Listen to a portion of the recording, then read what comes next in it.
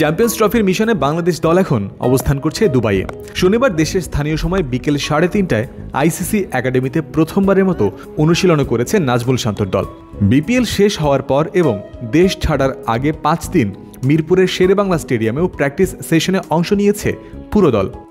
8 থেকে 12 ফেব্রুয়ারি টানা এই কর্মপ্রক্রিয়ায় 11 ও 12 তারিখ রুদ্ধদ্বার অনুশীলন করেছে ফিল সিমন্স শিষ্যরা।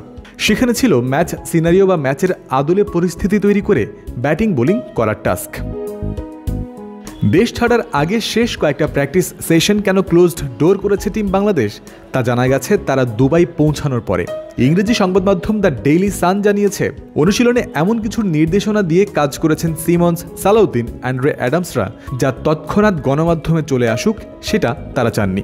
আর ক্রিকেটারদের যে নির্দেশনা দেওয়া হয়েছিল সেটার নাম হলো অ্যাটাক উইদাউট ফিয়ার, অর্থাৎ ভয়ডরহীন আক্রমণ।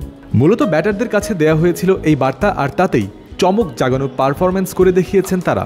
সৌম্য সরকার, তানজিদ তামিম, শান্ত, মাহমুদুল্লাহ, মুশফিক, হৃদয়, জাকের আলী, তানজিম সাকিব ও নাসুম আহমেদকে নিয়ে সাজানো হয়েছিল একটা দল। নিশ্চিন্তে খান স্বাস্থ্যকর অল টাইম পান, অল টাইম হেলদি লাইফ।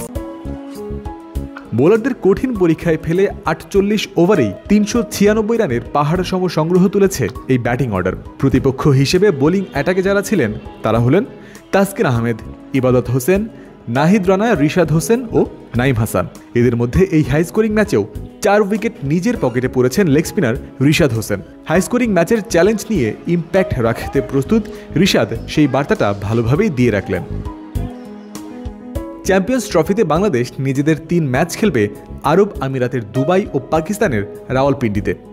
এই 2 মাঠে ম্যাচ হবে অত্যাধিক হাই স্কোরিং, সেটাই প্রত্যাশিত।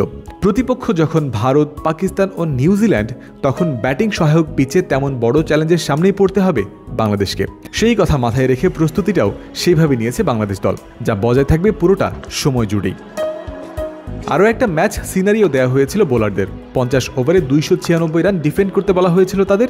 সেই ম্যাচে মুশফিকুর রহিম পুরো ইনিংসকে অ্যাঙ্কর করেছেন নিজের চিরচেনা রূপে। শেষ ওভারে দলকে এনে দিয়েছেন শ্বাসরুদ্ধকর জয়।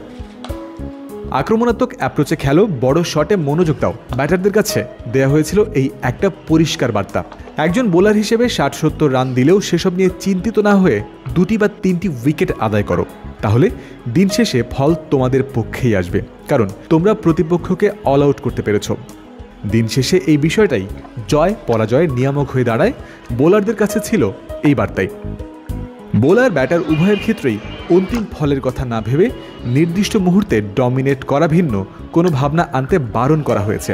ডেইলি সানকে এমনটাই জানিয়েছেন এক ক্রিকেটার। ম্যানেজমেন্টের দেয়া এই অ্যাপ্রোচ রপ্ত করে এগিয়ে চলেছেন ক্রিকেটাররা। এই ধারা বজায় থাকলে ভারত, পাকিস্তান বা নিউজিল্যান্ডের সাথে সমানে সমান টেক্কা দেবে তারা, আশা করা যায় এমনটা। 20 তারিখ টুর্নামেন্টের প্রথম ম্যাচ খেলার আগে 17 তারিখ পাকিস্তান শাহিনসের বিপক্ষেও সেই অ্যাপ্রোচের পরীক্ষা হয়ে যাবে আরও একবার। জয়ন্ত বিন্দু, ক্রিক ফ্রেন্সি।